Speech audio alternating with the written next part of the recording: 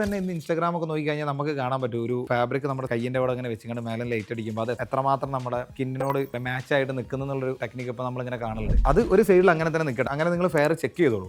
പക്ഷേ ഇവിടെ പറയുന്ന ഒരു കാര്യം എന്താണെന്ന് വെച്ച് കഴിഞ്ഞാൽ ഈ സ്കിൻ ഫെയർ നമ്മുടെ വെയർ ചെയ്യുന്ന ഫാബ്രിക്കിനോട് കണക്ട് ചെയ്യുന്നതിന് മുമ്പേ നിങ്ങൾ വെയർ ചെയ്യുന്ന ഔട്ട്ഫിറ്റ് ബാലൻസ്ഡ് ആണോ നോക്കുക. കാരണം നിങ്ങൾ ഈ പറഞ്ഞ പോലെ ഫെയർ ചെക്ക് ചെയ്യും. ഈ ഫാബ്രിക് ബോഡിയിൽ ചില നമ്മൾ സ്റ്റോറുകളൊക്കെ ചെന്നാലും ബോഡിയിൽ ഇങ്ങനെ വെച്ച് നോക്കല്ലോ ഫാബ്രിക്, ഇത് എനിക്ക് മാച്ച് ആകുന്നുണ്ടോ എന്നുള്ളത്. അപ്പം അങ്ങനെ വെച്ച് നോക്കുന്നതിലുപരി നിങ്ങൾ അതിലേക്ക് വരുന്ന ബോട്ടം, ആക്സസറീസ്, അതേപോലെ ഷൂസ്, മുമ്പത്തെ വീഡിയോസിൽ പറഞ്ഞ പോലെ ഈ വാച്ചസ്, ബെൽറ്റ്, ഇതിൻ്റെ ഒക്കെ ഒരു ഹാർമണി എന്ന് പറഞ്ഞ സംഭവമുണ്ട്. അത് ബാലൻസ് ചെയ്ത് നിൽക്കാമെന്ന് പറഞ്ഞൊരു സംഭവമുണ്ട്. അവിടെയാണ് ടോട്ടൽ ലുക്ക് ശരിക്കും ഡിഫൈൻ ചെയ്യുന്നത്. അല്ലാതെ നിങ്ങൾ ഒരു ഫാബ്രിക് കണ്ടോ, ഓക്കെ ഇതിൻ്റെ ഫെയറിനോട് മാച്ചാണ്, എന്നിട്ട് ആ ഫാബ്രിക് അങ്ങനെ തന്നെ അടിക്കുകയല്ലേ ചെയ്യുക. ഇതിന് ഇൻ അഡീഷൻ ആയിട്ട് എന്ത് കയറി വരും? ചിലപ്പോൾ ഹാൻഡ് വർക്ക് കയറി വരും, ചിലപ്പോൾ പല വർക്കുകൾ, സ്റ്റോൺ വർക്ക്, അങ്ങനത്തെ പല കാര്യങ്ങൾ കയറും. ടോട്ടലി കാണുമ്പോൾ നമ്മൾ ഓവറോൾ ലുക്ക് എലഗൻ്റ് ആയോ എന്നുള്ളതാണ് ചോദ്യം. അപ്പോൾ അതൊരു ഫാബ്രിക് വെച്ച് നോക്കിയതിൻ്റെ പേരിൽ നമുക്ക് എന്താക്കാൻ പറ്റില്ല, ഫൈനൽ ചെയ്യാൻ പറ്റില്ല ഇത് ഇൻ്റെ സ്കിന്നിന് ഇതാണ് ഏറ്റവും മാച്ച് ആയിട്ട് വരാന്നുള്ളത്. അത് ഓവറോൾ ലുക്ക് പ്രോപ്പർ പ്രൊപ്പോർഷനേറ്റിൽ വരുമ്പോഴാണ് അങ്ങനെ വരാം. അതിൻ്റെ കൂടെ പ്രത്യേകിച്ച് പറയാനുള്ളൊരു കാര്യം എന്താണെന്ന് വെച്ച് കഴിഞ്ഞാൽ നമ്മുടെ